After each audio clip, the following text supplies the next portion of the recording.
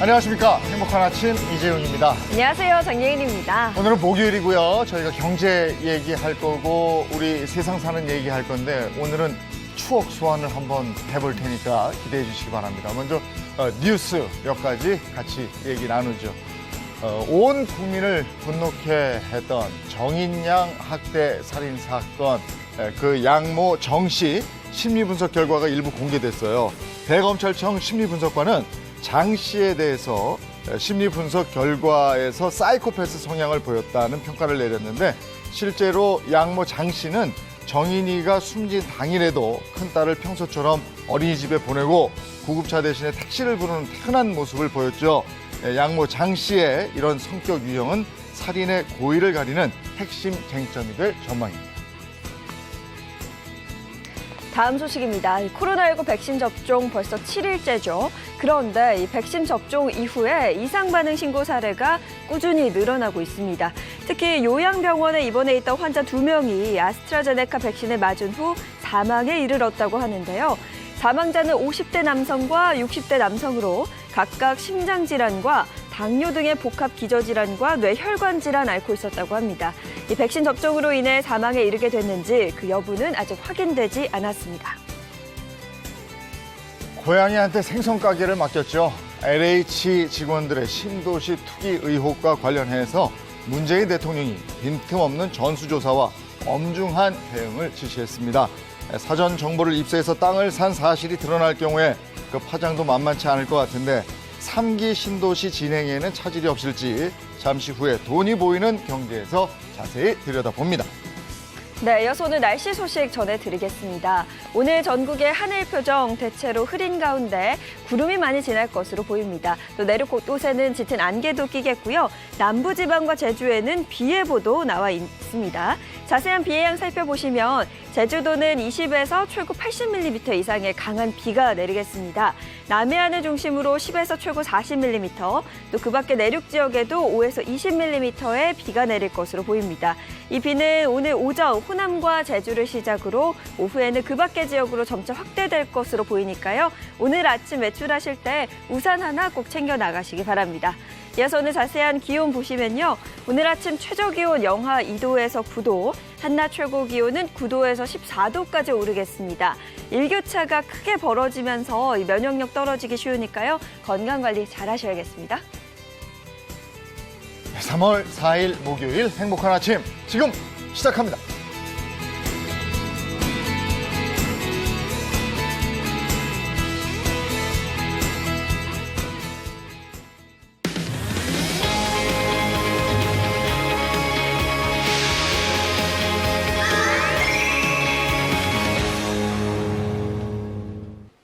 네, 오늘 목요일 먼저 돈이 보이는 경제 시간입니다. 정철진 경제평론가, 이호선 상담 심리 전문가입니다. 어서 오세요. 네, 안녕하십니까? 네, 반갑습니다. 경제 이야기 한번 나눠볼 텐데요. 이 정부가 경기도 하남과 남양주, 또 과천과 인천 계양 등 이 4곳에 이어서 광명, 시흥까지 3기 신도시를 건설한다 이렇게 발표를 했죠. 네, 그렇습니다. 광명, 시흥 신도시. 실은 그동안에 신도시가 언급될 때마다 거의 이제 1순위로 네. 뭐 항상 이제 추천이 됐던 곳인데 이런저런 사정 때문에 이제 최근에 들어서 선정이 됐습니다.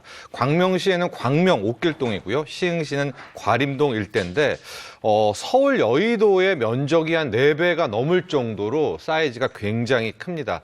또 하나 이제 여의도 우리가 서남부권이라고 하죠. 네. 거의 서울에 붙어 있기 때문에 뭐 경계선 기준으로 보면 1km 뭐 이것도 안 되는 딱 붙어 있는 그런 곳이기도 하고요.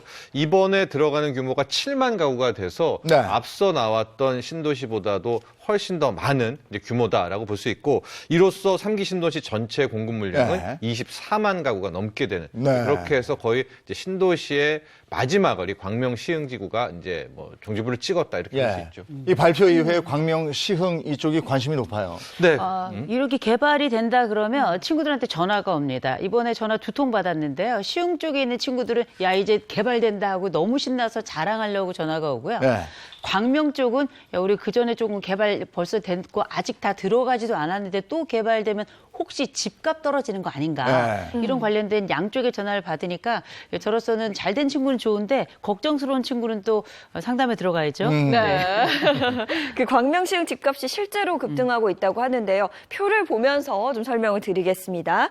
보시면 한국부동산원이 25일 발표한 주간 아파트 가격 동향인데요. 시흥은 한 달 새 0.64%, 광명은 0.43%가 각각 올랐습니다. 그 근처 보니까 왜 항상 그렇지만 개발된다 그러면 주변이 같이 뛰잖아요. 이번에 보니까 뭐 구로, 뭐 금천 이쪽으로 해가지고 부동산의 가치가 확 오르더라고요. 같이 늘 오르는 것 같아요. 이번에 규제가 아니고 공급을 해서 수도권 집값을 잡겠다 이거였잖아요. 네. 집값이 잡히기는커녕 그냥 막 오르네요. 이제 아직까지는 계획이잖아요. 네. 하고 이제 이번 계획이 굉장히 타이트합니다. 그러니까 속도도 빠르고 빨리빨리 하겠다라고 하니까 아직까지는 정책 신뢰 여기에 좀 이게 정말 뭐 3, 4년 내에 되겠어? 이런 시선들은 좀 있는 것 같습니다. 네, 광명 시흥을 포함해서 이 3기 신도시 계획에 대한 평가는 계속해서 엇갈리고 있는데요. 오늘은 이와 관련된 이야기를 나눠보려 합니다. 주제 영상 보고 오시죠.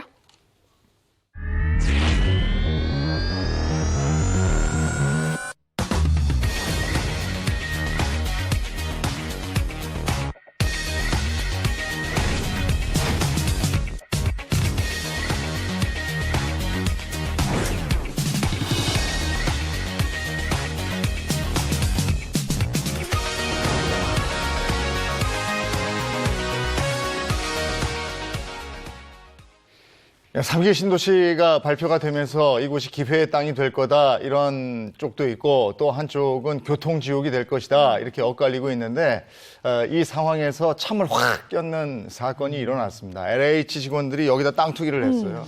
정말 뭐 안타까운 소식이고요. 분노도 많이 느끼고 있는 이제 그런 뉴스입니다. 말씀하신 대로 이제 최근에는 신도시가 지정이 되면 옛날처럼 무조건 집값 오를 거야 그러지 않습니다. 좀 반대 의견도 많아요. 교통 때문에. 바로 이런 상황에서 이 한국토지주택공사 LH 직원의 땅 투기 이슈가 나온 건데요. 직원 14명이 이제 광명 시흥 일대에서 약 2018년부터 2년여에 걸쳐서 23,000제곱미터, 평수로 따지면 7,000평 정도가 됩니다. 이거를 100억대에 미리 사들였다, 선추매를 했다라는 것이고 보니까 대출을 거의 50억 이상을 그러게 반 이상 대출 받았다고요. 이거는 잘 생각해 보십시오. 우리가 대출을 이렇게 세게 받았다는 것은 믿는 구석이 있는 거죠. 매달 그 이자를 감내하더라도 2, 3년 내에는 여기서 큰 건이 터진다는 것을 알고 들어간 뭐 누가 봐도 투기를 넘어선 정말 이건 뭐 불법 범죄가 왜냐면 투기 그렇죠. LH 이게 직원이었으니까 이렇게 되면서 정책 신뢰성 또 광명 시흥 주민들도 굉장히 분노하고 있는 그런 상황이 됐습니다. 일주일밖에 안 됐잖아요. 이거 발표된 데 일주일밖에 안 된 데다가 뭐 100억 원대 뭐 7,000평 얘기 나오시니까 정보 모르는 저희 같은 사람들은 어떻게 우리는 뭔가 이런 생각도 들고 이번이 처음인가? 뭐 이런 생각도 들면서 사실상 정부 정책 자체에 일종의 물음표를 달게 되는 상황이 아닌가 싶은 생각이 좀 들죠. 네, 방금 말씀해 주신 것처럼 이 정부의 주택 공급 정책에 대한 국민들의 신뢰도 자체가 굉장히 흔들리고 있는데요. 이에 대해서 변창흠 국토부 장관이 청렴한 조직 문화를 강조했습니다. 우리 산하 기관에서 뭐 여러 가지 다른 이제 불미스러운 일이 생기지 않도록 기관장 여러분들께서도 특히나 경각심을 가지시고 하여튼 청렴한 조직 문화 정착을 위해서 여러 가지 다양한 노력을 적극적으로 좀 해주시기를 기대하겠습니다. 자, 3기 신도시 얘기 나오고 그쪽 땅값 들썩거리고 근데 또 이번에 LH 직원들이 거기다 땅 투기했다 그러고 막 헷갈립니다. 근데 3기 신도시뿐이 아니고 1, 2기를 우리가 겪은 거니까 이번에는 그렇다면 3기 신도시가 어떤 역할을 할까 우리는 과거에 비춰서 해석을 할 수밖에 없어요. 1, 2기 때 잡혔는가. 그렇죠. 이제 항상 보면 이제 패턴이 있습니다. 집값을 규제로 잡으려고 하다가 안 될 경우에 이제 마지막에 이 공급 폭탄, 네. 이제 공급을 통해서 집값 안정화에 들어서게 되는데요. 1기 신도시 89년 노태우 정부 때 너무나 집값이 오르는 상황이었습니다. 80년대 후반에 나온 건데요. 분당, 일산, 중동, 평촌, 삼본 이렇게 5곳입니다. 네. 아마 뭐 추억의 1기 신도시일 네. 것도 같아요. 청취자분들한테. 그리고 이제 노무현 정부 시절에 또 집값이 올랐을 때 2기 신도시의 윤곽이 나오면서 이제 공급이 또 시작이 되는데요. 판교, 동탄, 위례, 수도권에 10곳이고요. 충청에 2곳 해서 12곳이 이제 2기 신도시가 됐고, 자, 그리고 이제 또 집값이 최근 뭐 5년간 폭등을 하면서 이제 3기 신도시까지 오게 되는 네. 이것이 또 대한민국 신도시의 역사가 됩니다. 네, 그럼 궁금한 게 사실 1기, 2기 신도시만 합쳐도 17곳이나 되거든요. 이게 좀 집값을 잡는 데 도움이 됐나요? 그러니까 결론적으로는 잡았죠. 이게 어마어마한 공급이기 때문에 입주가 시작이 될 때는 집값은 뭐 드라마틱하게 떨어졌습니다. 다만 좀 패턴이 입주 직전까지는 또 급등을 하는 이제 좀 이런 좀 왜곡들이 있습니다. 1기 신도 때를 좀 보면은요. 1988년에 18.5%, 89년에 18.8%가 올랐죠. 그러다가 1990년에 35% 거의 40% 가까이가 네. 폭등을 합니다. 네. 그럼 1기 신도시의 실제 입주는 언제였냐? 91년. 네. 90년대 말부터 91년이었는데 이후부터는 집값이 확 떨어집니다. 저게 확 떨어졌을 때가 입주 시작됐을 때 그때예요? 맞습니다. 예. 저 때는 뭐 한국 경제에 큰 문제도 없었고요. 네. 세계 경제도 큰 문제도 없었는데 네. 와장창 떨어진 것은 역시 네. 이제 1기 신도시의 네. 공급의 힘이다. 이렇게 네. 볼 수가 있겠고요. 네. 이 패턴은 2기 때도 이제 비슷하게 나오게 되는데 뭐 2006년, 2007년에는 실질적으로 또 집값이 많이 올라요. 네. 그러다가 이후에 이제 그때 이제 그 사이에는 2008년 말 세계 금융위기가 있기도 했죠. 네. 그러면서 집값이 한번 하락하고 이제 2기 신도시 판교부터 들어가게 되면서 네. 거의 2009년, 10년, 11년, 12년, 13년 초까지 네. 집값은 계속 떨어지게 되는 그런 현상이었습니다. 그러니까 공급한다, 이제 짓는다 이럴 때는 오르기 시작해요. 네. 그러다가 이제 공급이 실질적으로 되면은 떨어지는 패턴이었는데 네. 1, 2기 때도 토지 보상금이라는 게 풀렸을 거 아닙니까? 그렇죠. 근데 지금 3기 때도 올해만 뭐 9조 넘게 풀린다. 네. 그러면 이 돈 어디 갑니까? 그래서 방금 패턴의 그 핵심을 말씀해 네. 주셨는데요. 아니 입주가 되면 이제 눈앞에 뻔히 보이잖아요. 이제 떨어지겠다. 네. 그런데 왜 그 직전 1, 2년간에 이렇게 집값은 폭등했는가? 바로 토지 보상금입니다. 네. 천문학적인 토지 보상금이 풀리는데 이 돈이 또 땅 투기든 부동산으로 가거든요. 그 주변에 사겠죠. 예, 네. 그래서 이번에 3기 신도시 때는 어떤가 봤더니 이 대한건설정책연구원에 따르면은 이번에도 이런저런 3기 신도시의 토지 보상금은 52조 원 정도일 와. 것이다. 어마어마하네요. 예, 근데 아마 저것도 거의 중간 정도를 네. 예상한 걸 거예요. 실제 땅 갖고 있는 분들이 협상이 잘 안 되거나 하면 좀 더. 그럼 땅 갖고 있는 분들은 더 받으려고 그러는 거겠지. 네. 네. 그래도 어쨌든 지금 52조 원 정도는 네. 추정되고 있습니다. 네, 이거 조사한 결과가 있는데요. 2006년 토지공사와 주택공사의 보상금 수령인의 부동산 투자 의향 조사를 해봤는데 그 결과를 보시면 수령인의 43%가 이 보상금을 부동산에 투자할 것이라고 답을 했습니다. 이거를 바탕으로 생각을 해보면 이 3기 신도시의 토지 보상금도 부동산으로 유입될 수 있겠다 이런 네. 걸 좀 예상할 수 있거든요. 땅 가진 사람이 그 땅 팔아서 다시 땅 사는 거죠. 네. 그 땅 없는 사람은 땅 못 사네요, 이제.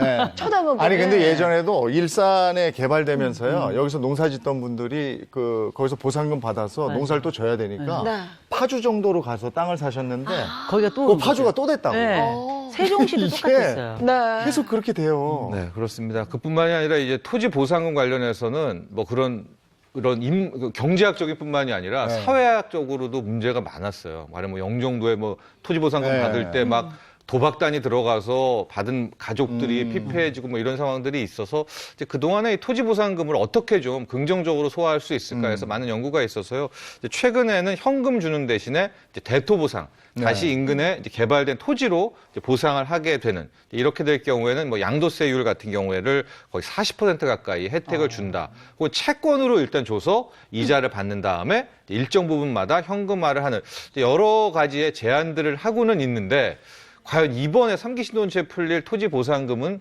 또 당국이 어떻게 컨트롤할 수 있는가가 그 입주 직전에 또 집값에 큰 영향을 줄 것 같습니다.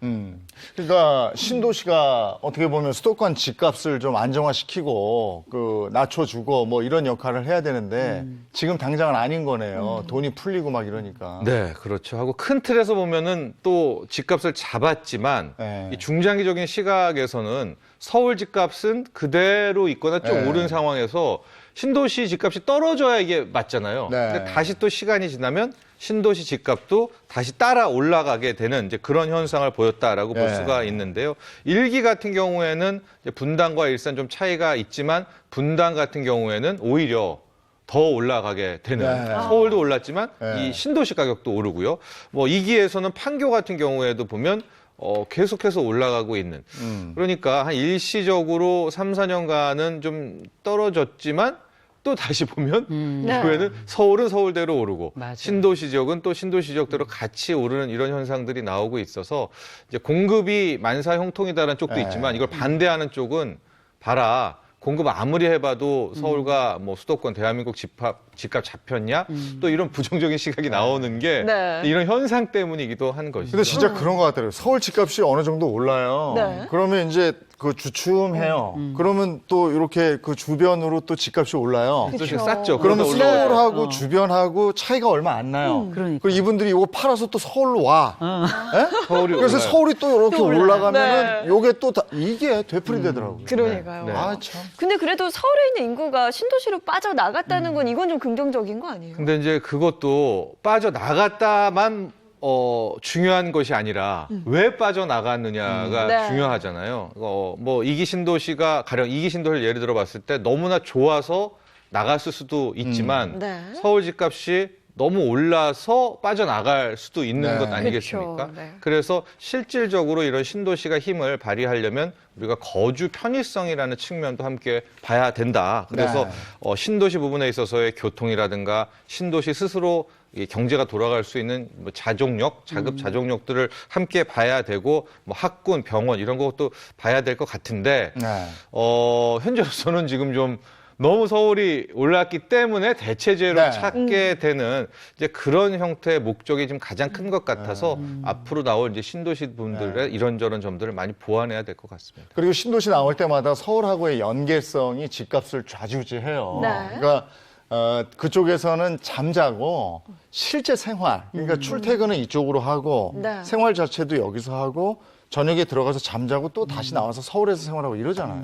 네, 그게 이제 베드타운이죠. 네. 근데 우리가 당초에 신도시를 건설하려는 것은 베드타운 목적은 아니거든요. 왜냐하면 베드타운으로만 남게 되면 결과적으로 또 서울 집값 오르고 뒤따라서 그렇죠. 예, 네. 베드타운 집값 오르고 네네. 그렇게 됩니다. 그러니까 결과적으로 신도시를 지을 때마다 이 자급자족력, 네. 그래서 이런저런 뭐 경제 관련한 시설들을 함께 둬야 된다라는 이제 주장도 나오고는 있지만 아직까지 현실화는 못 됐거든요. 가령 일기 같은 경우에 이제 앞서 말한 그 5곳도 실질적으로 출퇴근용이에요. 네. 서울에서 다 일하고 네. 예, 잠을 자러 집으로 네, 돌아오게 네. 되는 구조고 2기 같은 경우에는 또 조금 이따 얘기하겠지만 당초에 약속했던 교통마저도 네. 지금 잘 안 되고 있습니다. 이 자급자족력은커녕 그랬기 때문에 우리가 원했던 그림은 아니고 그래서 이제 3기 때는 좀 뭔가 있어야 된다. 이제 이런 주장들이 나오고 있죠. 우리 그 신도시 짓는다 그러면 집만 생각하는 게 아니라 사실 이사 갈 분들이 제일 걱정하는 건 뭐냐면 교통이에요. 거의 뭐 교통 지옥이기 때문에 제가 알고 있는 분들 중에 신도시로 이사 갔던 분들은 다들 하는 얘기가 나 이제 너 만나러 못 가 막혀서 이런 얘기 하거든요. 네. 말 그대로 매일 출퇴근하시는 분들은 완전히 대란인데 교통 같은 경우는 어때요? 그렇죠. 그러니까 두 가지 요소를 계속 말씀드리는데 교통이 좋던가 네. 교통과 실은 일자리 문제가 함께 해결되는 것이 가장 좋은 베스트 시나리오고요. 일자리는 어렵다면 네. 교통만이라도 좀 해결이 되면 그나마 좀 좋겠다라는 이제 그런 목소리들이 많이 나오는데 실질적으로 2기 신도시 같은 경우에는 교통 부분에 있어서도 그렇게 만족할 만한 그런 상황이 아닙니다. 이제 거리로 따지면 서울에서도 한 30km 이상 쪽에 이제 쭉 2기 신도시들이 배치되어 있는데 상당 부분 많이 개선됐다고 하더라도 지금 현재 출퇴근 대란을 낳고 있고 그렇다고 2기에 뭐 뚜렷한 일자리라든가 이런 자정력을 갖추지도 못해 있고 또 이런 불만들이 함께 나오고 있습니다. 네, 근데 그래도 2기 신도시 중에 이 판교 있잖아요. 네. 제 친구 중에 판교 사는 애가 있는데 그렇게 자랑을 하더라고요. 판교는 좀 성공 사례로 꼽히는 거 아니에요? 판교는 그 안에 직장이 있잖아요. 그래서 그래요. 예. 맞아요. 정확한 네. 지적이십니다. 자랑을 많이 하는데요. 네. 예. 판교는 대표적인 성공 사례고 앞으로의 신도시가 가야 할 그럴 방향들을 제시하는 곳입니다. 두 가지 얘기했었잖아요. 교통이 좋고 또 일자리, 자정력인데 판교는 뭐 후자 자정력부터 말씀드리면 판교 테크노밸리가 있습니다. 네. 요즘에 우리가 알고 있는 뭐 그런 바이오 회사들도 몰려 있고요, IT 회사들도 있고 하니까 그곳에서 이제 일자리들이 바로 붙어 있는 거예요. 예. 거주하는 곳하고 또 하나 교통으로 따지면은 뭐 신분당선 뭐 이래서 강남권까지가 거의 뭐 굉장히 인접해 예. 있는 네네. 상황이 되니까 실제 판교 집값을 좀 보면 2008년 말 세계 금융위기가 터지고 뭐 힘들었다던 2010년, 11년 그런 데에서도 꾸준히 또 가격을 유지하거든요. 예, 그것이 바로 이 두 가지 요소, 교통과 일자리를 모두 충족했기 때문이다라고 보여질 수 있어서 이 모델을 네. 3기 때도 좀 많이 네. 혹은 뭐 지방에도 많이 활용하면 아니 일자리 있고 뭐 교통 교통 좋으면. 좋으면 그렇죠. 네. 굳이 왜 막 서울로 가고 그렇죠. 예, 네. 이렇게 되겠습니까? 꼭 이런 쪽으로도 많이 좀 참조했으면 하는 바람입니다. 그 1차 때도 왜 그랬잖아요. 천당 밑에 분당이다. 맞아요. 이렇게 얘기하고 그랬어요. 네. 네. 근데 2기가 이제 대표적인 성공 사례 판교 얘기를 했습니다만은 다른 데는 아직 분양 안 된 데도 있고 이렇잖아요. 네, 그렇습니다. 2기 같은 경우에는 이제 판교 외에는 이제 뚜렷하게 네. 뭐 얘기하는데 아직도 서서히 좀 개선되고 있는 그런 상황이기도 한데요. 계속 말씀드리지만 저 교통 부분에 있어서 네. 좀 만족스럽지 못해서 아직까지 분양이 안 되고 또 이어지고 있는 이제 그런 부분이 있습니다. 하고 네. 1기 때도 잘 돌아보면 일산과 분당 중에서 교통으로만 따지면 분당 쪽이 먼저 막 네, 예, 그래요. 지하철도 강남권이라든가 그렇고요, 도로도 그렇고요, 풀리면서 집값 차이가 이제 확연하게 났던 부분 네. 아니겠습니까? 그러니까 3기 때 역시도 이런 부분을 많이 감안해야 될 것 같습니다. 네, 그래서 그런가 봐요. 이 3기 신도시 발표에 1, 2기 신도시 주민들이 뭐 반대 시위를 하고 나섰다고요. 네, 이거는 정말 정부 당국이 좀 책임을 지고 또 많이 그 의견을 2기 신도시 주민들의 의견을 들어봐야 될 것 같은데요. 이 거리로만 따지면은 이제 이 3기 신도시가 우리 생각으로 하면 2기 신도시보다는 좀 더 뒤에 있어야 될 것 같은데 순서로 보면 3기 신도시가 오히려 서울 기준으로 2기보다 가깝죠. 가깝죠. 접근성이 훨씬 더 좋죠. 그것은 결국 교통에 있어서만큼은 훨씬 더 매력적이다 이렇게 볼 수가 있습니다. 그렇게 되니까 2기 신도시 주민들은 당초에 2기 때 약속했던 뭐 철도라든가 도로라든가 이런 것들을 약속을 안 지킨 예. 채 3기를 하게 된다면 우리는 어떻게 되느냐라는 이제 강력한 반발이 있고요. 분명히 이런 부분은 뭐 정부 당국에서 크게 계획을 짜서 네. 했고 약속을 했던 거 아닙니까? 국민들한테 그런 부분은 꼭 귀를 기울여야 될 것 같습니다. 네. 그런 약속은 좀 이행이 돼야 될 것 같고. 그렇죠. 근데 이렇게 이제 주민들이 얘기하니까 뭐 너희만 생각하느냐 또 이런 비판적인 얘기도 있고 이렇더라고요. 그렇죠. 근데 이제 그분들도 뭐 투기하려고 그러는 것이 아니라 이제 생활 편의를 많이 느끼고 네. 있는 것 같아요. 또 이게 신도시에 이제 취재를 나가보고 하면 굉장히 좀 더딥니다. 이제 그런 부분에 있어서 특히 이제 이게 신도시 분들의 이 하나의 불안감은 현재 뭐 교통체계라든가 GTX라든가 하는 계획들이 또 3기 신도시로만 또 쫙 맞춰져 있어요. 불안하겠네요. 불안하죠. 네. 자연스럽게 소외되는 것 아니냐 또 네. 이런 생각들이 있기 때문에 이런 부분들은 좀 네. 같이 떠안아야 될 필요가 있겠죠. 약속해줬던 부분에 대해서는 보완해줘야 되겠네. 네. 당연하죠. 그래도 좋게 좀 바라본다면 3기 신도시가 개발이 되고 교통망까지 좀 제대로 확충이 되면 이게 좀 1, 2기 신도시에도 긍정적인 영향을 줄 수 있지 않을까 이런 생각도 드는데요. 네, 그래서 이제 3기 이런 교통 인프라 짤 때 정말로 이 당국에서 치밀하고 정교하게 짜서 그 2기까지도 같이 껴안으면서 라인을 이렇게 갈 수 있는 이제 그런 좀 3차원 이상의 아주 입체적인 고민을 통해서 해야 되지 않을까. 예, 이걸 또 갑자기 협소하게 3기만을 위해서 딱또 짜게 되면은 또 그 많았던 이기들은 네, 또 네. 소외될 수가 있는 것 아니겠습니까? 그래서 그런 것들을 잘 하게 된다면 전반적으로 이 서울 이 외곽 지역들의 수도권에서 훈풍이 좀 불 수도 있겠다 이런 기대를 가져봅니다. 그러니까 신도시의 성공 실패의 가름자는 그거네요. 저 서울과의 접근성하고 자급자족 능력이 있느냐 네. 이런 부분이네요. 네, 그렇죠. 예. 그러니까 둘 다 갖추면 금성첨화고 예. 뭐 교통이라도 일단 확실하게 되면 그동안의 추이를 보면 수요라든가 집값은 견조했다 이렇게 볼 수가 있고요.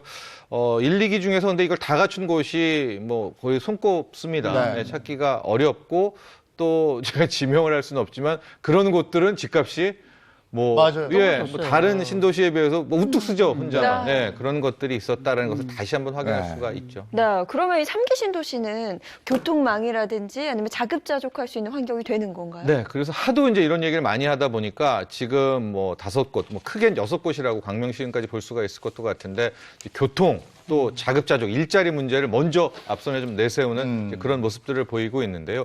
교통에 있어서는 일단 당국이 생각하는 히든 카드는 GTX입니다. 네. 이제 GTX 이제 B 라인, C 라인, D 라인을 통해서 어쨌든 2기의 교통은 이것으로 좀 커버를 하려고 하는 이제 그런 네. 노력들이 있고요. 이거 외에 이제 BRT, 광역버스망 해서 거의 버스긴 버스인데 이게 지하철에 준할 만큼 시간이 네. 이제 정확하게 떨어지게 되는 이제 그런 교통 체계. 그래서 이 버스와 지하철과 철도가 이 타임테이블로 딱 맞아 떨어지게 네. 하는 이제 이런 교통망 체계를 좀 구상을 하고 있습니다. 네. 신도시 얘기 나올 때마다 가장 먼저 염두에 두는 게 GTX망이더라고요. 네. 그렇죠. 네. GTX 노선을 쫙 그리면서 막 설명하고 이러는 너튜브들 많이 봤어요. 네, 네. 네.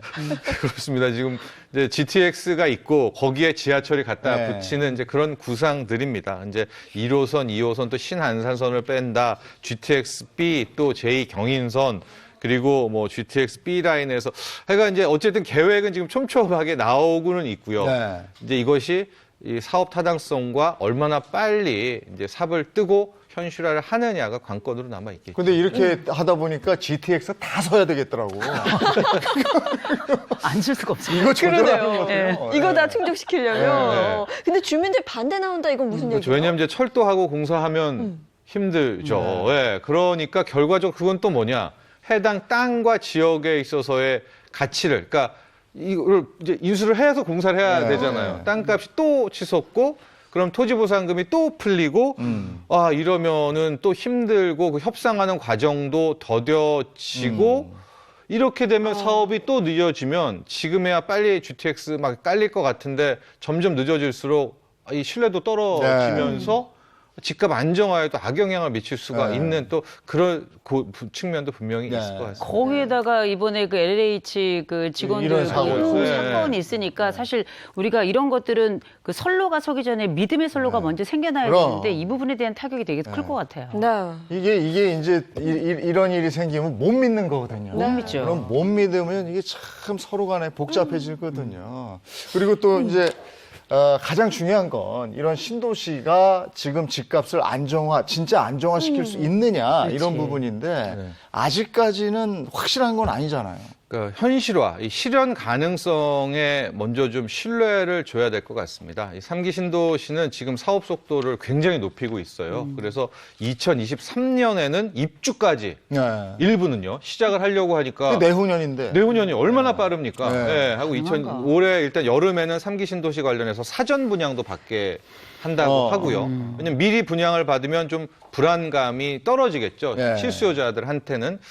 그런데 이제 그런 과정들을 아마 많은 국민들은 볼 것 같아요. 정말 2023년, 2024년에 입주가 될 수 있어? 네. 사업 속도들을 보겠죠. 네. 예, 그러면서 믿음을 갖고 그럼 내가 지금 바로 영끌해서 패닉 바잉해서 집을 안 사도 되겠구나라면서 이제 집값이 잡힐 텐데 네. 여기에 또 이런 앞서 말한 그런 LH 공사의 이런 그러니까요. 사건 한번 터지면 국민들 신뢰가 반으로 뚝뚝 떨어지죠. 그렇죠. 예, 그럼 믿음도 같이 떨어질 것 아니겠습니까? 그래서 그런 점은 꼭 염두에 둬야 될 것 같고요.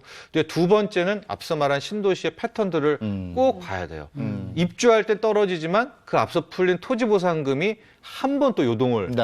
칠 수 있다. 그러면 그 토지보상금을 어떻게 우리가 다른 통로로 빼야 될 것인가라는 부분 봐야 되고요. 마지막은 우리 계속 1기, 2기 때 패턴 봤잖아요. 예.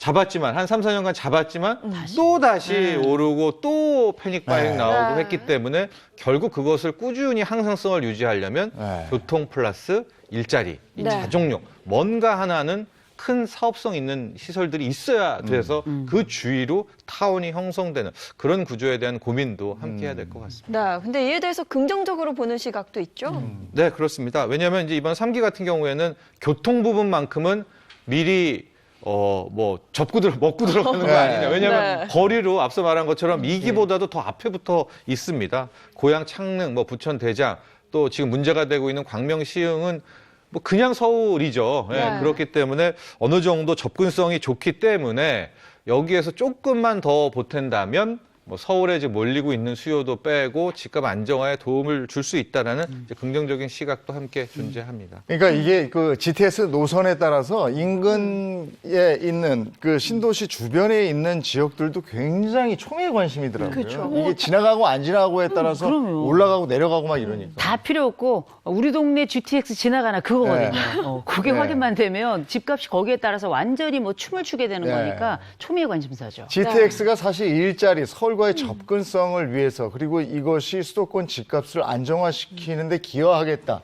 이래서 이제 굉장히 중요하게 생각하는 건데 네. 실제로 그럴지 뭐 하나 보고 올게요.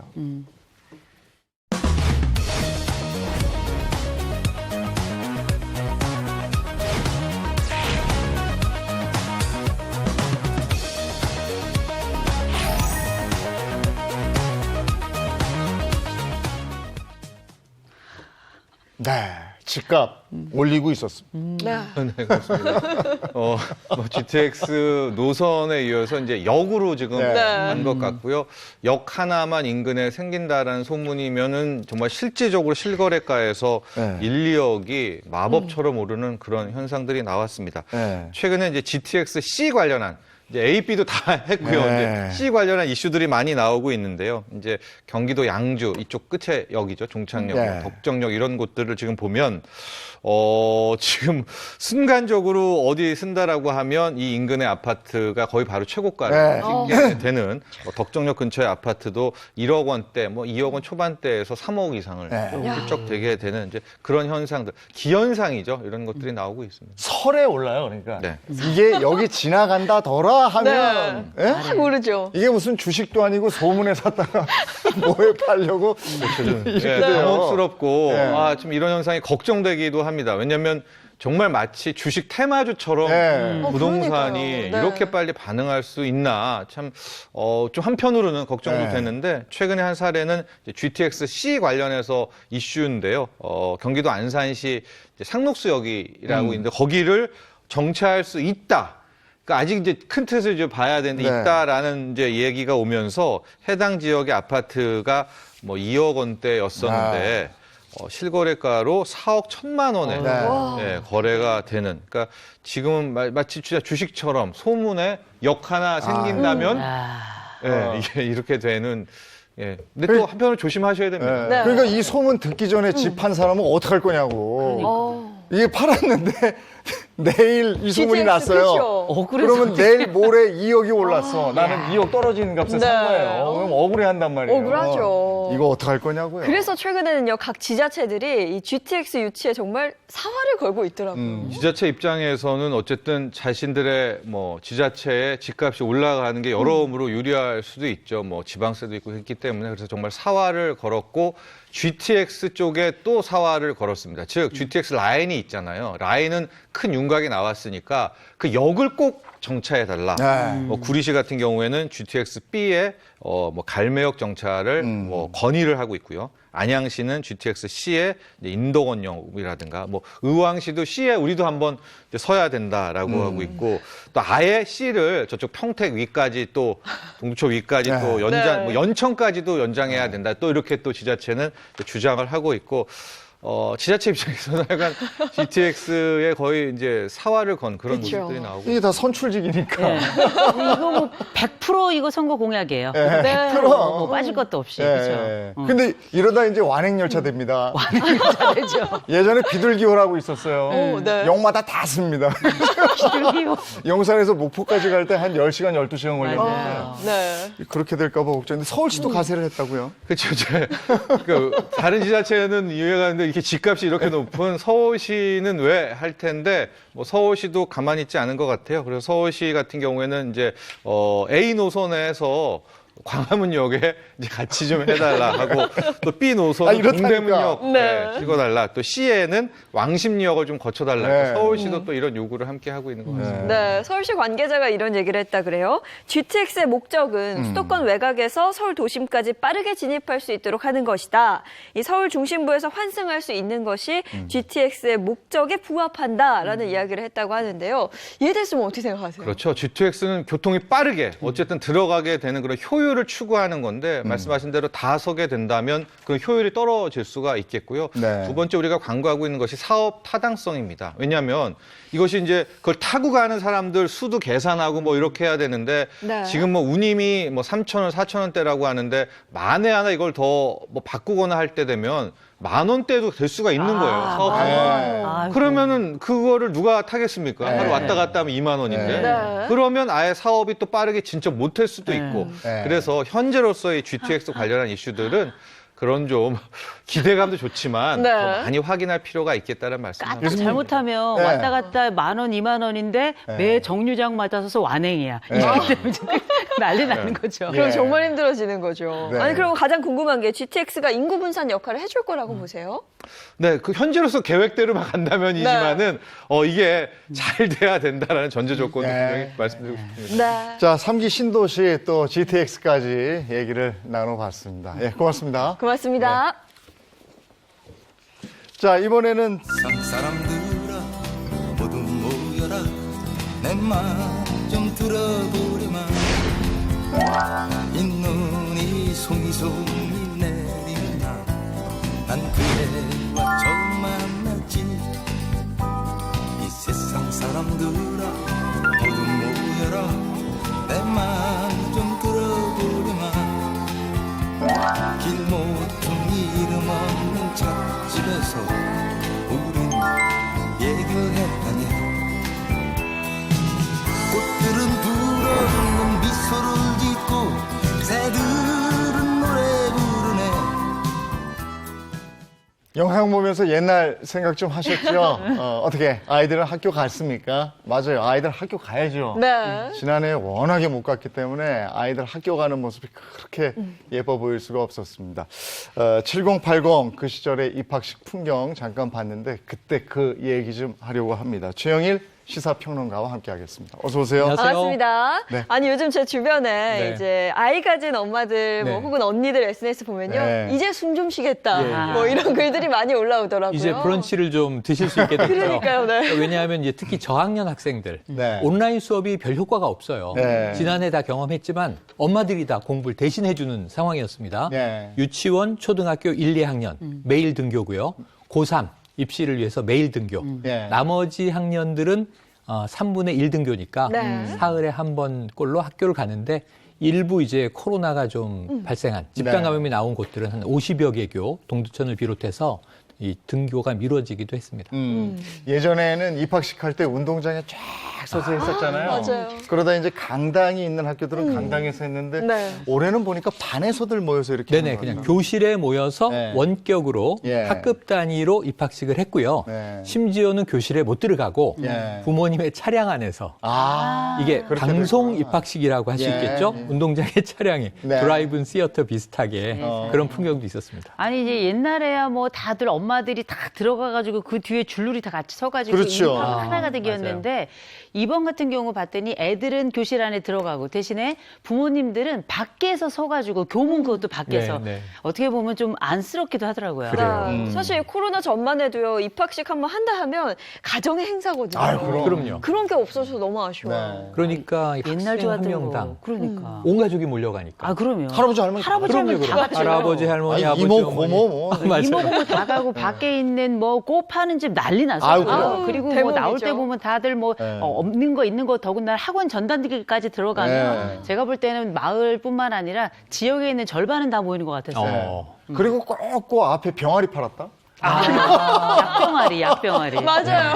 많이 샀죠. 네, 그리고 뽑기 장소 아저씨들 꼭 오시고 그랬어요. 근데 저희 셋은 국민학교죠. 아, 그렇죠, 그렇죠. 네, 예일 씨만 초등학교죠. 네. 저는 초등학교. 그죠? 네. 그러니까 저만 해도 이 자랑스러운 네. 이문 국민학교 10회 졸업생 되겠습니다. 네. 아, 저는 뭐 일단 분교 들어갔고요. 네, 저 강원도 대관령에 분교로 들어가서 서울에 거쳐서 인천에 이르기까지 그러니까 국민학교를 한 4군데 다녔는데요. 네. 이제 국민학교 때 다 뭐 경험하신 분들은 아시겠지만 뭐 학교가 다 그렇고 엄마들이 다 그랬지만 뭐 막내 같은 경우 존재감이 없잖아요.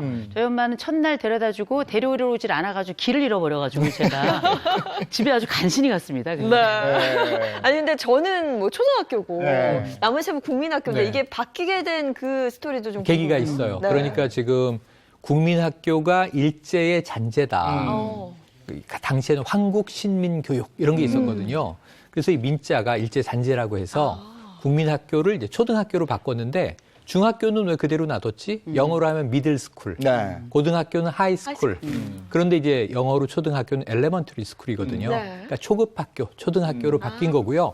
이게 1996년 광복 50주년에 여러 가지 이제 일제 잔재 청산 작업 중에 하나로 그해 3월 1일부터 바뀌게 됐습니다. 네. 옛날에 이름은 그렇게 바뀌었지만 옛날에 있던 건물 최근에 거 말고요. 그거 보면 아직도 그 잔재가 많이 남아있는데 가장 대표적인 게 칠판 바로 밑에 보면 교단이 있었어요. 네, 네. 그래서 선생님이 약간 높이 올라가고 그렇죠.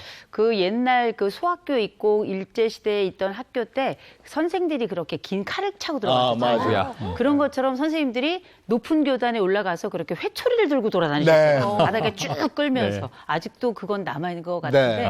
요새 선생님들 중에는 회초리 거의 없죠. 예. 그렇죠. 지시봉이라고 왜 네. 궤도를 많이 쓰셨었는데 네, 요만한 긴 걸로 그걸 했는데 네. 그게 우리 내가 회초리로 됐어요. 하고 네. 그랬었습니다. 그리고 아까도 잠깐 얘기했지만 입학식 자체가 그 가족 축제다 보니까 네. 가족이 마을을 구성하잖아요. 네. 이게 마을 축제이기도 했죠. 아, 그러니까 이게 지방은 훨씬 더 했던 것 같고요. 네. 시골은 그냥 마을 잔치고 저는 이제 서울에 이제 토박이로 살았습니다만 네. 마찬가지였어요. 그 동네에서 입학식 그러면 뭐 일단은 한 학생, 뭐 제가 학교 가면 대가족 시절이다 보니까 그렇지. 3대가 한 집에 살았는데 아이 한 명당 한 10대 명의 그럼요. 가족들이 네. 그러니까 학생도 많았는데 그때 인구가 많았기 때문에 뒤에 가족들은 인산인해를 네. 이루고 있고 그 뒤에 장사진이 예.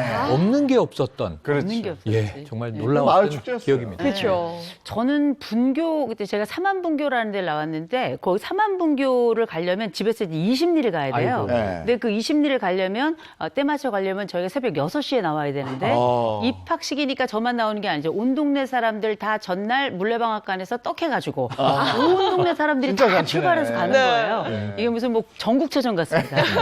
아니 저는 솜사탕이 그렇게 먹고 싶었는데 네. 엄마가 절대 안 사주셨거든요. 입학식 이럴 때만 네. 하나 딱 부탁해서 먹고 그랬던 기억이 나요. 아니 아까 뽑기도 얘기하셨지만 저희 때 최고의 인기 식품은 네. 이게 3천만의 영양식 이렇게 불리기도 했는데 네. 번데기 번데기죠. 그리고 소라 그것도 이렇게 이 종이를 둘둘 말아서 약간 지금은 아이스크림 네. 콘 같은 데다가 맞아요. 네. 이렇게 담아주시거든요. 네. 따끈따끈한 게 왜 그렇게 맛있었는지 지금도 냄새를 맡으면요 아주 본능이 막 자극이 지금 돼요. 아이들 저거 네. 저거 뽑기 아닌가? 저 뽑기 뽑기죠, 같은데요. 그죠? 이렇게 저 모양 따라하면 하나 더 주고 그럼 하나 더 그랬어요. 주지. 네. 근데 저걸 무슨 핀 가지고 이렇게 긁으면 아저씨가 귀신같이 알아요. 너 이거 핀 가지고 긁었지? 안 돼. 그러면 안 줘요. 네. 맞아요. 반칙. 필요 없을 때는 이제 혓바닥으로 녹이는 거죠. 네. 그랬던 시절이 있는데 그때는 또 옛날에 지금처럼 사진기가 없잖아요. 네. 그리고 아. 사진사가 있었어요. 맞아요. 맞아요. 그래가지고 사진사한테 돈 주고서는 온 가족이 서가지고 대부분 또 그래서 자세도 다 똑같습니다. 참 희한할 정도예요. 그리고 네. 이제 꽃다발이 있는 집도 있지만 없는 집도 있잖아. 그럼 네. 옆에서 빌려. 그래서 사진 찍을 때만. 예, 그래서 이제 한 집이 한 꽃을 가지고 여러 집이 썼던 기억이 나는데요. 지금 생각해도 재밌네요. 네. 당시에 입학 선물 뭐 받았던 기억 혹시 있으세요? 대부분 학용품입니다. 그죠? 그러니까 연필 한 다스, 뭐 공책 노트, 네. 또는 크레용 크레파스, 맞아요. 미술 도구. 네. 그래서 저도 입학식 때 이렇게 하나를 안고 온 게 다 한 6년 쓰고도 남겠다 싶은 학용품들이었어요. 네. 근데 뭐 뭐니 해도 입학식 하면 짜장면이죠. 끝나고 온 식구들이 가가지고 오래간만에 외식하는 날이라 그때 먹었던 짜장면 전 지금도 생각납니다. 예. 특식. 그리고 꼭 중학교 올라갈 때는 그 볼펜 있어요. 좀 이렇게 유명한 볼펜. 써있는. 그거죠. 네. 그거 한 자루나 만년필. 네. 아니면 그 영어 사전. 영어 사전. 네. 항상 부담스럽더라고요. 부담스러웠어요. 아까 이제 짜장면 말씀도 하셨지만 입학식 때 꼭 가져가야 되는 필수품이 그때 있었죠. 요게 이렇게. 초등학교 그게 네. 손수건인데 네. 그때부터 손수건은 필수품입니다. 지금 이름표 우리가 달고 있잖아요. 이 뒤에다가 손수건을 이렇게 달아주죠. 네. 옷핀으로 같이. 아니, 왜 다는 거예요? 그 용도가 뭐냐면 다들 저랬어요. 참 희한한 게 요즘 아이들은 보면 깨끗해요. 네. 이상해. 근데 그때 저나 친구들은 그렇게 콧물을 흘리고 그때 다녔어요. 왜 이렇게 콧물을 흘렸어요? 콧물 닦으라고 손수건을 닦아요? 그렇죠. 콧물 나면 이걸로 닦아라. 네. 그러니까 근데 옷소매로도 훔치고 네. 제일 많이 쓰는 방법은 그냥 네. 들이마시죠. 그러면 들이마시는데 그렇죠. 이게 보는 재미가 있는 게 네. 70여 명이 한 교실에 있는데 선생님이 가르치는 게 아니라 옆을 이렇게 보면 네. 친구들의 코가 네. 책상에 닿을락말락, 네. 닿을락말락.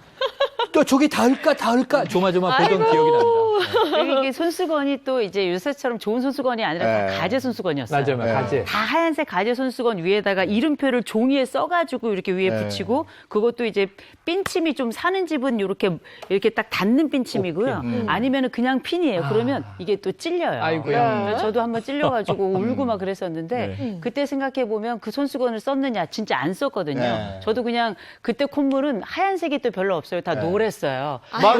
그렇게 들락날락 하다 보면 어우. 나중에 이제 배가 부르죠. 우리 저 내일 의사 선생님들 나오잖아요. 네. 화요일하고 금요일. 한번 물어봐야 되겠다. 그때 왜 왜 이렇게 그때는? 콧물을 진짜 먹어도 궁금해요. 네. 그리고 네. 그때는 아까도 이제 우리 화면에서 봤습니다만은 위에 뭐 하나씩 딱 걸치고 있어요. 네. 자켓 같은. 이게 자켓 같은 거 하나씩. 그러니까 자기가 가지고 있는 가장 좋은 옷을 네. 입는 거고요. 부모님이 입혀주시죠. 네. 초등학교, 국민학교 1학년이니까. 그런데 저는 그때 기억이 옷 입기 싫었어요. 입학식 때.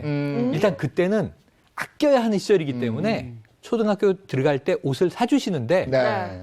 한 두어 치수 크게 사주세요. 그렇죠. 이만큼 나오죠. 그럼 이거 좀 오래 입으라고. 아버지 양복을 걸친 것처럼 네. 헐렁헐렁 다 헐랭이들이에요. 맞아요. 그래가지고 이거 부끄럽다. 왜 네. 옷에 몸에 맞는 옷을 좀 사주시지 왜 이럴까 그랬는데 학년 진급할 때마다 그때 아이들은 쑥쑥 자라는데 네. 항상 다음 예쁘네. 치수, 다음 치수. 네. 그래서 항상 옷은 컸다. 맞아, 왜 옷은 좀 컸어. 부끄러웠습니다. 그래도 네. 뭐 큰 옷 사는 애들은 첫째고요. 네, 막내는 새 옷 얻어 입을 일이 물려받아서. 없어요. 그거 계속 물려받아 입죠. 저는 저희 언니가 저보다 8살이 많은데 제가 입학할 때나 저희 언니가 입학할 때 옷이 네. 똑같았는데 이유는 간단해요. 엄마가 언니 입학할 때 짜줬던 니트가 있는데 빨간색 위아래였어요. 아하. 그걸 다시 이제 풀렀다가 다시 그걸 짜주신 거예요. 강원도의 3월은 춥습니다. 그때 그걸 입어도 그냥 바람이 숭숭 들어오는데 아이고. 엄마 그때 새 옷 좀 사주지 그랬어요.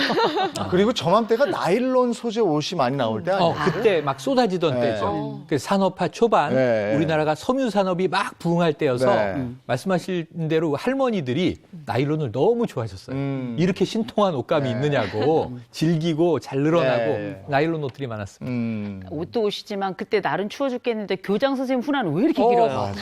거기다 그 교장 선생님들 특징 있잖아요. 마지막으로 그래서 마지막으로 그러니까 정말 약간 과장 덧붙여서 한 100번을 하신 것 같아요. 그러니까 애들이 다 앉아가지고 처음에 듣다가 어떤 놈은 앉고 어떤 놈은 울고 난리였습니다. 네. 아유, 그 아이들이 어제까지 신나게 동네에서 뛰어놀다가 네. 다들 엄마 손 붙들고 온 거잖아요. 그러니까 얼결에 네. 입학식인지도 모르고 대다수의 아이들은 그냥 가자 그러니까 네. 이제 따라갔다가 시장 가시나 그랬다가 네. 학교에 줄 섰는데 그날부터 이제 통제 사회에 처음 들어가는 네. 거거든요. 그래서 저는 지금도 기억나는 게 네. 그 1학년 때 반 아이들의 한 5분의 1 많은데 그냥 앉아있질 못하고 돌아다녔어요. 맞아요. 선생님이 아무리 얘기해도 소용이 없어. 네. 돌아다니고. 네. 그게 이제 길 들여지는데 1년이 걸리더라고요. 애들은 좀 많았어요. 그러니까 제가 분교에 있다가 서울에 왔더니 80명이더라고요. 아, 맞아요. 한 학급에. 네, 80명인데 그놈 중에는 어떤 놈은 울고 어떤 놈은 먹고 네. 어떤 놈은 앉아있고 어떤 놈은 나가고 어떤 놈은 오줌 마렵다 그리고 그 와중에 어떤 놈은 또 오줌을 또 싸요 자리에서. 네. 아유, 참 옛날에 일들 많았죠. 네. 아니 저도 입학식 때 떠올려 보면 앞에 쭉 줄 서 있고 네. 엄마 아빠 뒤에서 저 바라보고 있던 그 네, 기억 나거든요. 그때 다 학부모시니까 아, 그렇죠. 그 감정이 혹시 기억이 나세요? 그러니까 감정이 기억나면서도 야 진짜 엄청난 시대를 우리가 살아냈구나 하는 게 한 학급에 대략 80명. 저 1학년 때 77번까지 있었고요. 네. 그리고 14반까지 있었는데 오전 오후반이 있어요. 맞아요. 6학년까지 있으면 지금도 제가 나온 모교를 가봅니다만 네. 조금해요. 운동장도 좁고. 근데 거기서 10,000명이 교육을 받은 거예요. 근데 저희 아이들이 지금 학교 갈 때는 그래도 좀 정갈하고 학생 수도 네. 작고 선생님하고 스킨십도 잘 되고 학교 시설이 깨끗해졌죠. 네. 근데 뒤에서 아이들의 뒷모습을 보면 부모는 항상 마음이 뭉클하죠. 네. 제가 콩나물 시루라고 그랬어요. 맞아요. 그거 아이들이 학교 가서 그 많은 인파 속에 이렇게 서 있는 걸 보면서 부모들이 좀 짠하고 안쓰러운 건 이제 시작이구나. 그렇죠. 아, 저 아이도 이제 고생길이 열렸구나. 이제 사회생활 같은 거의 그렇잖아요. 그런데 그렇게 사람이 많은데도 부모는 자기 자식을 딱 한눈에 알아야지. 알지. 자기 새끼는 아니 안 보여도 보여요. 네. 참 희한하게. 그리고 처음에 입학했을 때 대부분 엄마들은 똑같았을 거예요. 저도 울었거든요. 아, 네. 근데 첫째는 우는데 둘째는 안 울게 되더라고요. 아이고야. 그 콩나물 시루 같았던 그 교실 모습도 한번 볼까요? 네. 그때는 정말 80명이 한 교실에 빽빽하게 저렇게 앉아서 날로.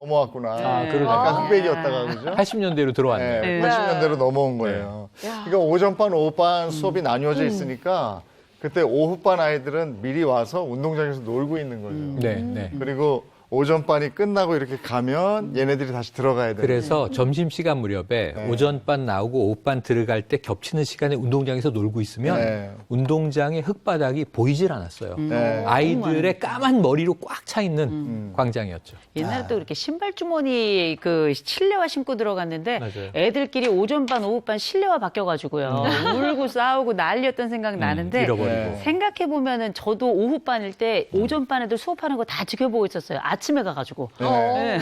근데 오전반, 오후반 나뉘면 선생님들은 얼마나 힘드셨어요? 그렇죠. 네. 그 생각이 또 드네요. 선생님들이 오전 오후반을 다 맡으신 분도 계셨고 아유. 오전 담당, 오후 담당도 계셨고 교원이 많이 부족하던 시절입니다. 네. 근데 선생님들은 다 무서웠어요. 맞아. 그렇게 호랑이 선생님 많았고 옛날에 왜 호랑이 선생님이라고 한 TV 프로그램도 있었거든요. 네. 근데 호랑이 선생님이 아니어도 그냥 무서웠던 기억밖에 없습니다.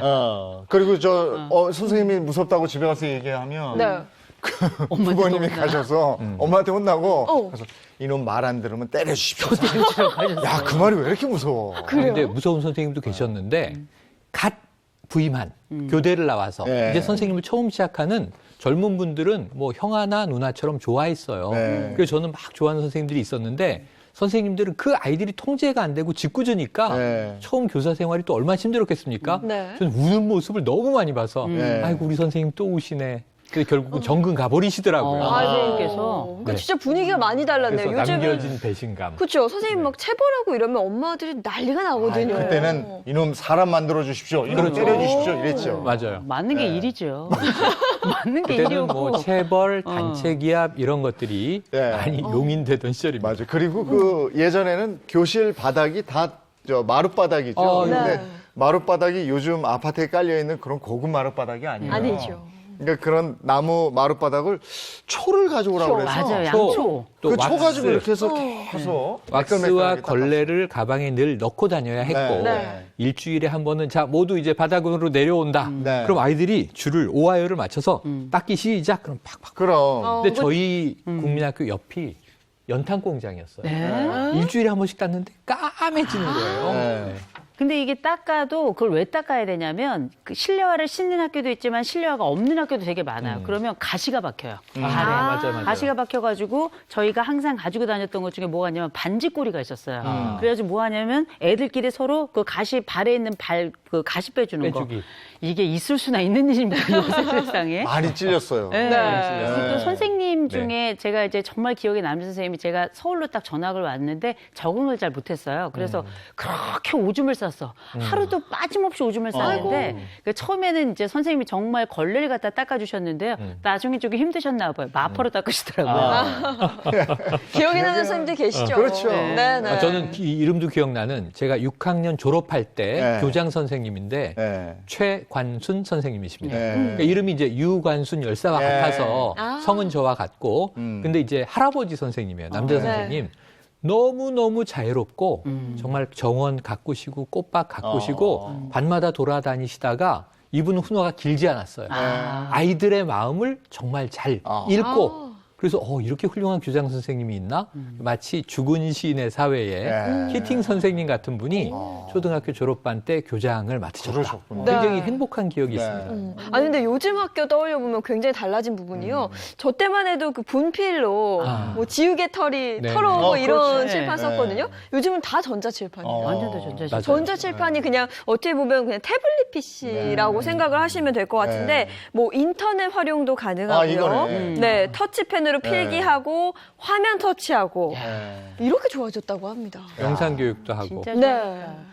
분필의 맛이 또 있는데 근데 소리도 조는 애 있고요. 있으면 분필 던지시잖아요. 딱 던지고. 그러면서 이 선생님들이 말에 다 개성 있는 쪼가 있으셨어요. 네. 그래서 늘 얘기하지만 요즘은 학원에서나 들을 수 있는 돼지꼬리 띵용, 네. 아, 밑줄 맞아요. 쫙 이런 얘기가 그 분필 시절에 나온 거고요. 네. 그땐 또 분필이 아니고 선생님이 대부분 백묵 가져와라. 그렇지. 그리고 이제 당번들은요. 털어와야 그 돼. 이제 지우개 네. 털어오는 게 이제 네. 쉬는 시간마다 일이었죠. 칠판에 써 있잖아요. 떠든 아이. 반장이 떠든 아이 있고 해서 근데 저거는 그거는 참 두 안 번 있고. 좋았어요. 떠든 아이를 반장이 쓰게 하고 네. 어떤 선생님은 그 반장 아이한테 아이들을 체벌하게도 했어요. 그러니까 그거 굉장히 안 좋은 거예요. 진짜 안 좋은 건데. 그러니까 그 반장 아이한테 절대 권한을 주고 네. 그 아이들을 체벌하게 했는데 그거는 정말 안 좋아서 그 교육상 네, 선생님이 가신 다음에 반장 아이를 때렸던.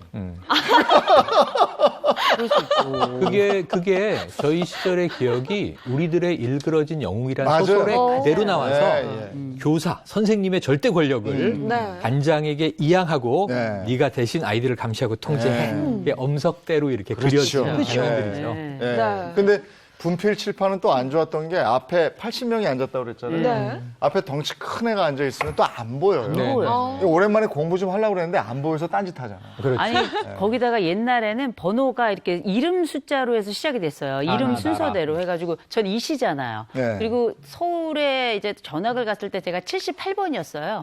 78번인데 제 앞에 막 이만한 애들이 앉아 있는데 저는 좀 조금 했었거든요. 그때는 조금 했어요. 그래서 큰 애 앉아 있으니까 그냥 공부는 포기한 거죠. 그냥 뒤에 있으면 걔 등어리가 제 칠판이었던 거예요. 네. 그리고 이제 이게 안 보인다고 그러면 어떻게 매맞죠. 이 애니야. 씨는 한참 앞이죠. 전 최 씨인데 훨씬 뒤에요. 네. 맨 뒷줄이기 때문에 저는 8살, 1학년 때부터 눈이 나빴는데 칠판이 안 보이는 거예요. 그래서 수업을 못 따라가다가 엄마 나 칠판이 안 보여 그랬더니 선생님한테 이야기하고 네. 한 이제 몇 주 지나니까 네. 키 순서와 키순으로. 예, 여러 가지 이유를 가지고 네. 자리를 다시 바꿔주셨습니다. 네. 그때 제일 또 중요했던 게 짝꿍이었어요. 그렇죠, 그렇죠. 네, 내 짝이 누구냐. 맞아. 네. 그래서 짝이 정말 배기 싫은 애면 정말 그랬고요. 그리고 이 아이하고 사이가 안 좋으면 네. 공간의 싸움이 시작되죠. 그렇죠. 이렇게 선 이 긋잖아요. 선긋기. 넘어오지 네, 말라고. 휴전선보다 무서운. 네. 그리고 또 사이가 도발을 좋아도 해요. 상관없어요. 그거는 사이가 좋고 안 좋고 옛날엔 그렇게 남녀짝을 지어주셨는데 네. 그냥 내가 얘가 싫건 좋건 상관없이 그냥 가면 첫날부터 칼가루 짜서 이렇게 옆 가르고 지우개 넘어와도 자르고 손톱 넘어와도 자르고 옷 넘어와도 자르고 다 잘랐죠. 네. 종철아 미안하다. 그때 너무 잘랐다. 아니 근데 한 반에 한 80명 정도 있다고 하셨잖아요. 네. 그러면 사실 누가 누군지도 잘 모르지 않아요? 친구 거의 다 모르죠. 알아요? 친한 애들 친한 거고. 몇 명만 알고 모를 것 같은데요. 아니 지금도 초등학교 동창들을 간혹 만나면 신기한 일이 있어요. 이름은 몰라요. 얼굴을 알아. 네. 똑같아. 근데 자랐는데 얼굴이 어디선가 오래전에 알던 얼굴이에요. 네. 근데 지금 서로 늙었는데 네. 다 상대가 자기보다 위라고 생각을 해요. 그 동네 선배인가 그 따지다 보면 족보를 따지다 네. 보면 국민학교 동기 동창이었던 거예요. 오. 신기한 일이 있는데 얼굴은 기억에 남는구나. 예. 이름은 몰랐어도 이름 다 아는 건 반장 부반장밖에 없었죠. 맞아요. 그리고 저 때는 친구 관계가 굉장히 중요할 때니까. 맞아요. 그죠? 친구들에 의해서 또 엄마들이 또 막 친구를 일부러 얘하고 놀아 이런 것도 있었어요. 아, 맞아요. 공부 잘하는 애랑 놀으라고. 네. 그렇죠, 그렇죠. 저는 깜짝 놀란 게 제가 그 방송을 시작하면서 개그우먼 장미화 씨를 만났는데요. 어서만이 보네 같은 거예요. 어. 나중에 봤더니 저랑 국민학교 6학년 때 초등학교 동창이었더라고요. 아, 그래요? 근데 얼굴이 옛날 사진을 제가 꺼내봤는데 똑같아요. 그냥 좀 늙은 장미화더라고요. 네. 너무 똑같아서 깜짝 놀랐는데 이게 사진도 다시 한번 오늘 또 다시 한번 열어봐야 될 것 같아요. 네. 네. 네. 그리고 우리가 또 설레이는 마음으로 기다렸던 게 있어요. 새 교과서 나오는 날. 네네. 그 종이 냄새가 그렇게 좋았어요. 맞아요, 네. 맞아요. 그래서 그거 이제 막 반장, 부반장 이런 친구들이 가서 막 날라가지고 네네. 와서 그걸 완전 이렇게 쫙 세체. 다 나눠주잖아요. 네. 아, 정말 좋았어요. 그런데 나눠주자마자 이제 낙서가 시작이 됩니다. 아니, 그리고 저게 너무 귀하다 보니까요. 지금 나오는 저 책에 달력을 가지고 어머니가 저 그럼요. 카바를 씌워주셨어요. 네. 책을 싸는 건 기본이었죠. 네. 아니 없는 집은 달력이고 있는 집은 문방구에 가면 그 비닐을 팔아요. 아, 그거 비쌌어요. 알록달록하게. 비싸도 여자애들은 사요. 여자애들은 다 이거 포장했었죠. 네. 근데 대학생 형아가 있으면 저걸 또 영짜지, 예. 뭐 위크엔드 아. 타임으로 싸면 굉장히 그때 또 엘리트처럼 있어 보였죠. 보여서 예. 아무튼 자기만의 교과서를 꾸미는 다종다양한 방법이 있었습니다. 거기다가 또 저 학용품에 전부 이름 쓰지 않았어요. 다 있었죠. 잃어버리죠. 이름도 네. 붙였었죠. 크레파스 하나에도 이름을 쓰죠. 네. 그래서 그때는 견출지를 그렇게 많이 샀어요. 맞아요. 네. 그래서 견출지에다 자기 이름 반 번호 써가지고 붙여놓고 그래도 뭐 없어질 물건은 다 없어지더라고요. 맞습니다. 예. 그래서 뭘 준비물 안 해가지고 오면 그 문방구가 바글바글했어요. 그럼요. 학교 앞에 문방구는 정말 문전성시를 이뤘죠. 당일에 그냥 살려고. 문방구라기보다는 제 격엔 만물상인데 네. 내가 찾는 모든 것은 다 있습니다. 그래서 그 어린 마음에도 이렇게 조그만 가게에 어떻게 이렇게 많은 게 다 있지? 하고 네. 신기했던 기억이 나요. 그래서 그 옛날 어렸을 때 장래 희망이 문방구집 사장이었어요. 네.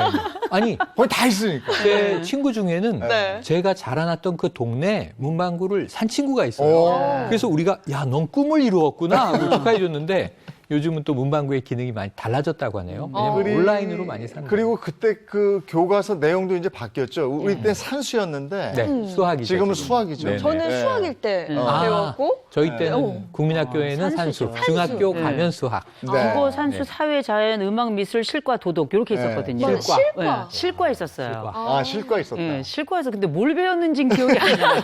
그냥 있었어요. 근데 무슨 바느질의 종류 이런 것도 나오고 막 아니, 그랬어요. 그때는 여자들은 가사라는 걸 가정. 배우고 네. 가정이었어요. 가정. 네. 남자들은 기술이라는 거 배웠어요. 기술, 맞습니다. 네. 요즘에는 그렇게 구분하지 않는 것 같더라고요. 저는 기술과 가정이라고 같이 있었어요. 기술과 가정. 그게 같이. 근데 지금은 또 어떤지는 잘 모르겠네요. 아. 근데 그때 교과서 보면 항상 여자애는 영이었고 네. 네, 남자는 철수. 철수였고. 네. 아니 그냥 국어 교과서 피면 항상 뭐 철수야, 영희야, 가자, 철수야, 영희야, 이리와. 영희야, 바두가 놀자. 바두가, 같이 바두가. 놀자 뭐 이런 네. 거 있었죠. 네. 그게 1학년 책이었어요. 맞아요. 2학년 되면 구구단 바로 해야 되는 거. 그 책 사실 앞서 뭐 낙서 얘기도 해주셨는데요. 네네. 저희가 사진 또 하나 아, 있거든요. 그렇게 아꼈던 교과서가 학기 시작하고 나면 얼마 안 돼서 이름이 다 바뀌었었어요. 네, 네, 네. 막 도덕은 도적으로 바뀌었었고요. 아이고야. 국어는 죽어. 하물며 저는 교과서로 이렇게 3D 효과 내서 막 네. 그림 그리는 친구들도 굉장히 많이 봤거든요. 어. 저렇게 그림을 그려서 뭐 전 뭔지 모르겠는데 전설의 고향으로 바꾸고 네.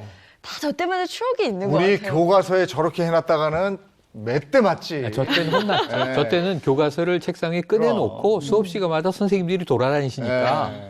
저거 쉽지 않았습니다. 아우, 저거 맞아요. 예. 그런데 대신에 뭐가 안 들키냐 하면 두꺼운 국사 교과서 같은 것에 네. 페이지마다 움직이는 활동 그림을 그려서 쫙 이거 넘기면 동영상. 막 달리고 네. 네. 이 만화를 잘 그리는 아이들은 인기가 네. 인기 정말 많았죠. 좋았습니다. 그거 진짜 재주 있는 친구들 있었죠. 네. 창의성의 극히죠. 창의성의. 참 그 시절 얘기해봤는데 지금 아이들 이제 입학이고 각급 학교에 이제 진급들 하고 네. 그런 시점이라 저희도 한번 추억 소환을 해봤습니다. 네. 그때 생각이 새록새록 나네요. 그렇습니다. 오늘 고맙습니다. 고맙습니다. 고맙습니다. 오늘은 비 소식이 그 지역별로 좀 있습니다만 그래도 포근할 거라고 그러죠? 네, 날은 포근하지만 비는 계속해서 오니까요. 외출하실 때 우산 하나 꼭 챙기시기 바랍니다. 좋은 하루 보내시고요. 저희는 내일 아침 8시에 돌아오겠습니다. 행복한 아침, 행복한 하루 되십시오. 고맙습니다. 고맙습니다.